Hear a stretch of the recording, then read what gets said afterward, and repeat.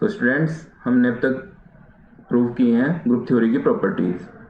उनमें हमने 5 theorem prove किए हैं। आइडेंटिटी एलिमेंट के लिए, इनवर्स के लिए आइडेंटिटी और इनवर्स यूनिक होते हैं। फिर ए इनवर्स का इनवर्स इक्वल्स टू ए, और inverse of product of two element A B का whole inverse equals to B inverse A inverse, और कैंसिलेशन लॉज। ये 5 थ्योरम हमने प्रूव की थी।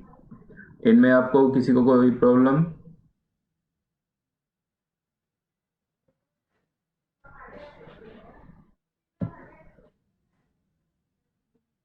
बताइए।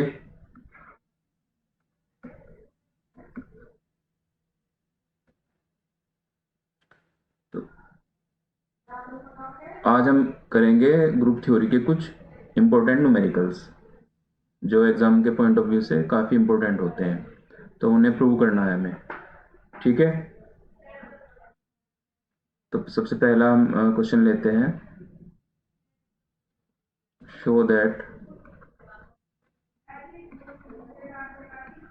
The set of all integers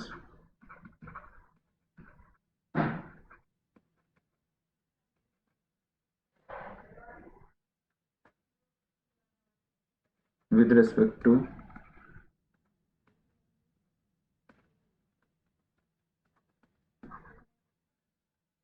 operation या बाइनरी ऑपरेशन, जो भी आप लिखो, with respect to binary operation defined by a star b equals to a plus b plus 1 is an abelian group।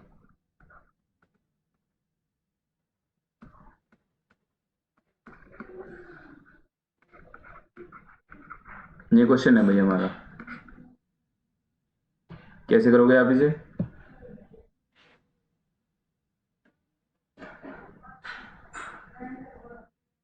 बताओ जल्दी से।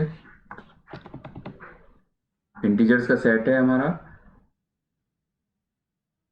हाँ, तो आपको पता है, इसे हमने सेट मान लिया g इक्वल्स टू इंटीजर्स का ही सेट है, चाहे तो आप जी से डिनोट करते हैं हम यहाँ से। इंटीजर आपको पता है कैसे होते हैं, 0 प्लस 1 प्लस 2, प्लस के और माइनस के सभी नंबर होंगे हमारे पास।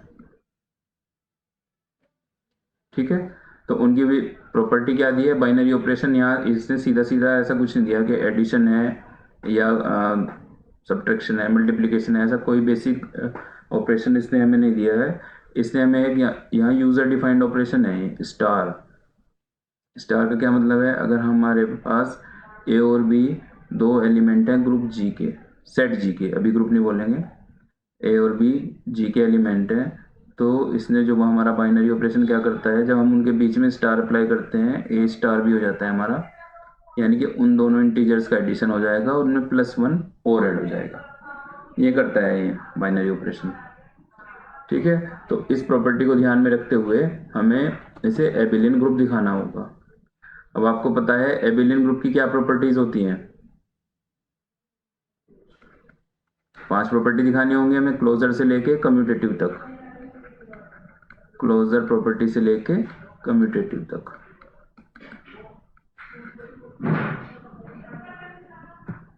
तो क्लोजर प्रॉपर्टी सेटिस्फाई होगी इसमें, नहीं होगी?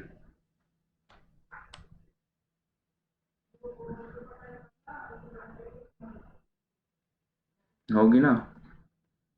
आई से डिनोट कर लिया हमने। हमने मान लिया let A B belongs to I, then अगर ए और बी हमारे पास दो इंटीजर हैं, तो जब हम उनके बीच में स्टार अप्लाई करेंगे, A star B is equals to, ये क्या होगा, ये ऑपरेशन है ना हमारा, दो इंटीजर्स के बीच में हम स्टार अप्लाई करते हैं तो हमारा ऑपरेशन हो जाता है ए प्लस बी प्लस 1। तो ये इंटीजर होगा या नहीं होगा भाई? ए और बी तो इंटीजर है ही हमारे पास, इंटीजर ही होगा ना। आप करके देख लो चाहे। मान लिया हमने 2 और 5 ले लिए, ए इक्वल्स टू 2 लिया और बी इक्वल्स टू 5 ले लिया। तो ए स्टार, ये दोनों इंटीजर हैं, ये भी बिलोंग्स टू आई है, ये भी बिलोंग्स टू आई, ठीक है ना। तो जब आपने ए स्टार बी किया तो क्या आएगा, यानी कि 2 + 5 + 1 यानी कि 8, तो ये भी तो इंटीजर ही है। तो इसका मतलब जब भी हम दो इंटीजर लेते हैं और उनके बीच में स्टार अप्लाई करेंगे तो वो भी इंटीजर ही होगा, बिलोंग्स टू आई। क्लियर है?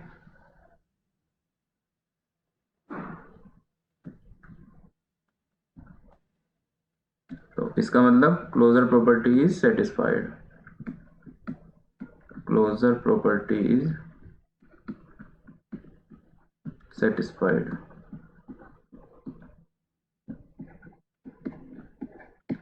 दूसरी प्रॉपर्टी क्या होती है?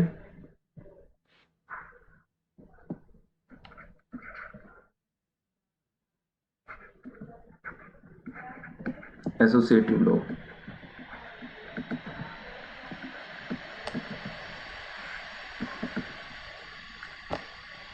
एसोसिएटिव लॉ में हमें क्या दिखाना होगा, A star B star C इसके इक्वल होगा A star B star C. तो हम तीन एलिमेंट ले लेंगे, let A B C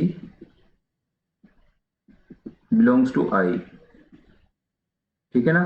then A star B star C किसके इक्वल होगा भैया, इसे हम लिखेंगे ए स्टार, पहले बी और सी के बीच में अप्लाई होगा तो यहाँ आ जाएगा बी प्लस सी प्लस 1, ठीक है ना। जब बी और सी के बीच अप्लाई किया तो बी प्लस सी प्लस 1 हो जाएगा। अब एक एलिमेंट ये हो गया और ये एक एलिमेंट हो गया। अब इन दोनों के बीच जब स्टार अप्लाई करेंगे तो ये क्या आएगा, ए, ये प्लस बी है, plus B plus C plus 1 और एक 1 और ऐड हो जाएगा।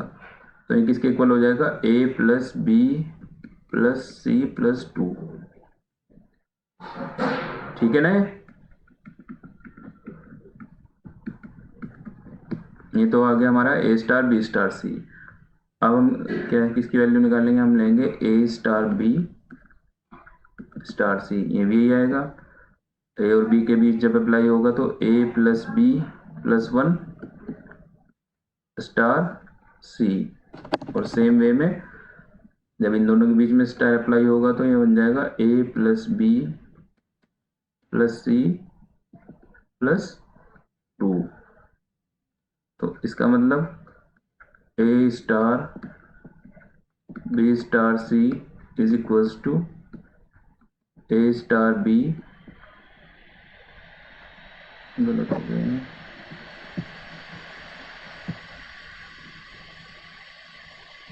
ए स्टार बी स्टार सी। क्या लिखेंगे इसका मतलब, associative law is satisfied,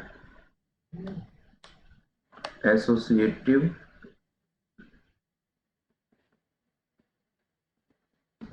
law is satisfied.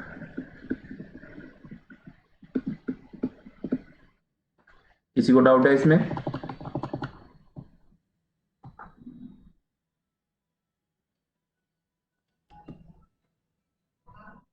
Third property कौन सी होती है, एग्जिस्टेंस ऑफ आइडेंटिटी,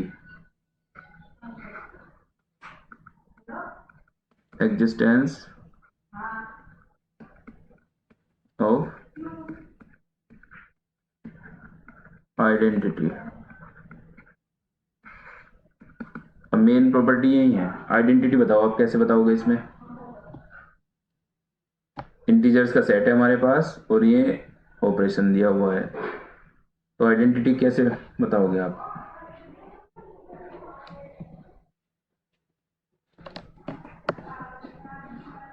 बताओ।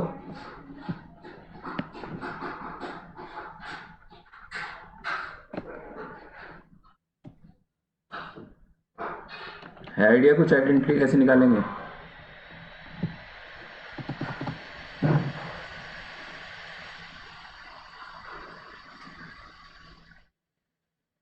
सही कह रहे हो।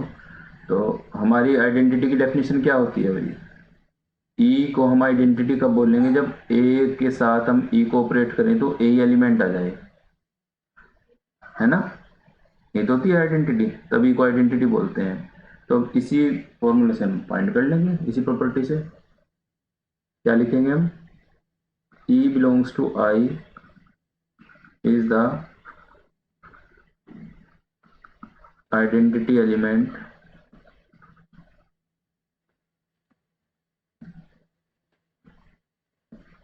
in I if क्या प्रॉपर्टी होनी चाहिए, A star equals to E star A, किसके इक्वल होना चाहिए, A के, और ये कंडीशन I के सभी एलिमेंट के लिए, ठीक है, सभी इंटीजर्स के लिए ट्रू होनी चाहिए कंडीशन, ठीक है। तो अब आप A star E equals to A को ले लीजिए, ये आना चाहिए ना हमारा। तो A स्टार E किसके इक्वल होगा, क्या डेफिनेशन है हमारी, जब भी हम दो इंटीजर के बीच स्टार अप्लाई करते हैं तो क्या होता है, a plus B plus one हो जाता है ना।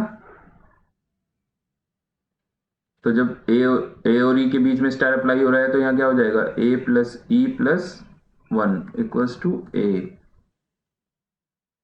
आई बात समझ में।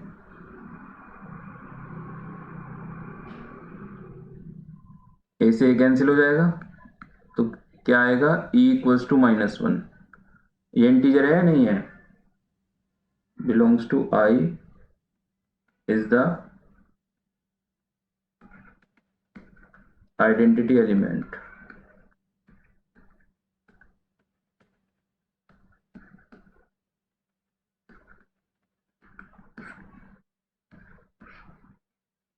ठीक है,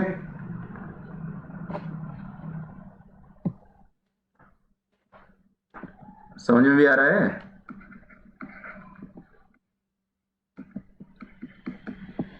चौथी प्रॉपर्टी है हमारी एग्जिस्टेंस। इंपोर्टेंट क्वेश्चंस हैं सारे जो मैं अब कराऊंगा आज।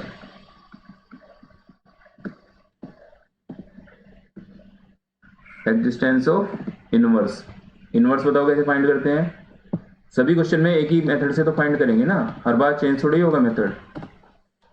इनवर्स बताओ कैसे निकालेंगे,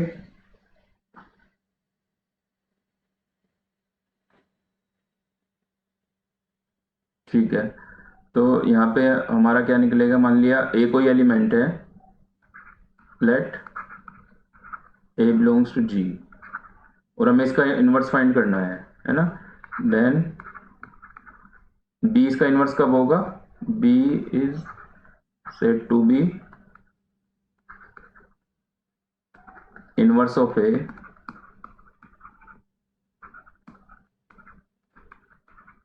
इफ अगर A star B equals to E आ जाए, तभी तो बी को ए का इनवर्स बोलेंगे, ये तो प्रॉपर्टी है। बी को ए का इनवर्स कब बोलेंगे, when A star B equals to E, clear. तो ई को आपको पता है, यहाँ पे लिख दो, E is the identity, E is the identity in I.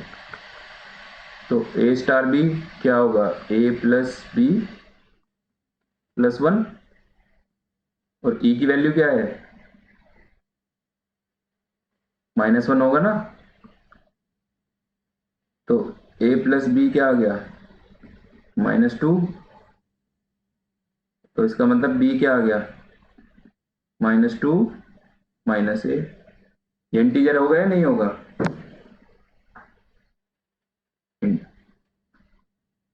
तो किसी भी एलिमेंट का इनवर्स, ए का इनवर्स माइनस टू माइनस ए होगा।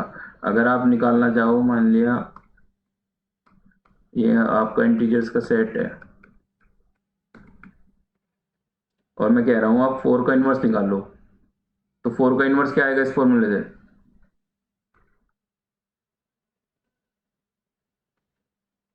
माइनस टू माइनस फोर आएगा ना।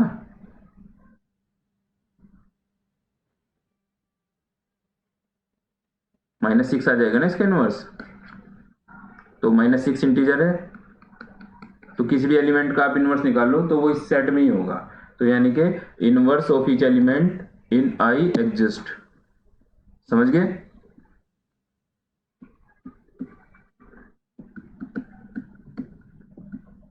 Inverse of each element in I exist. ठीक है, 4 प्रॉपर्टी होगी। अब एबेलियन ग्रुप के लिए कौन सी होती है? 5वीं प्रॉपर्टी कौन सी होती है? Commutative law. कम्यूटेटिव होगा या नहीं होगा?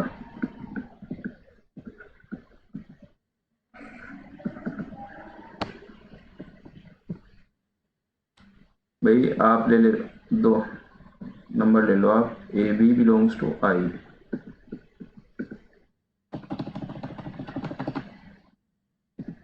तो ए स्टार बी इसके इक्वल होगा ए प्लस बी प्लस 1। ठीक है, इसे आप ये नहीं लिख सकते क्या? बी प्लस ए प्लस 1। ऐड ही तो कर रहे हैं इंटीजर्स को, तो कैसे भी ऐड कर सकते हैं हम, लिख सकते हैं ना ऐसे भी। तो ये किसके इक्वल है? बी स्टार ए के, यानी कि इसका क्या मीनिंग हुआ? A star B is equals to B star A. तो इससे हमें क्या पता चल रहा है? Commutative law is satisfied. This implies commutative law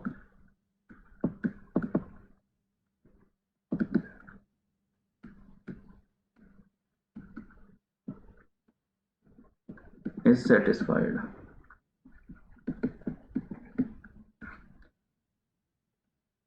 ठीक है, तो हमारी सारी प्रॉपर्टी सेटिस्फाई होगी। इसका मतलब ये कैसा ग्रुप हो गया? एबेलियन ग्रुप हो गया। This implies the given set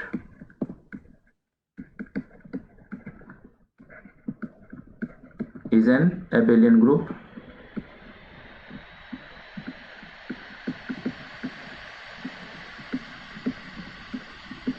कितना ऑर्डर होगा इस ग्रुप का? कितने ऑर्डर का ग्रुप होगा भैया बताओ?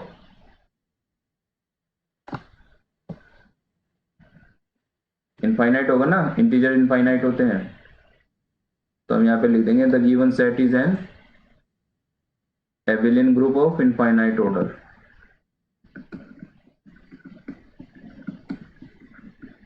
infinite order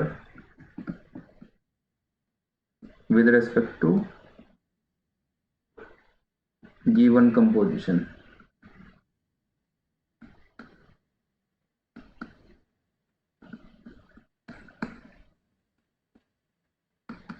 प्रूफ हो गए?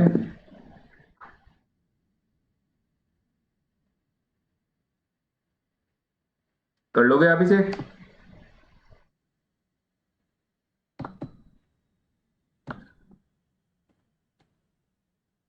फोर्थ वाला पार्ट इनवर्स वाला ले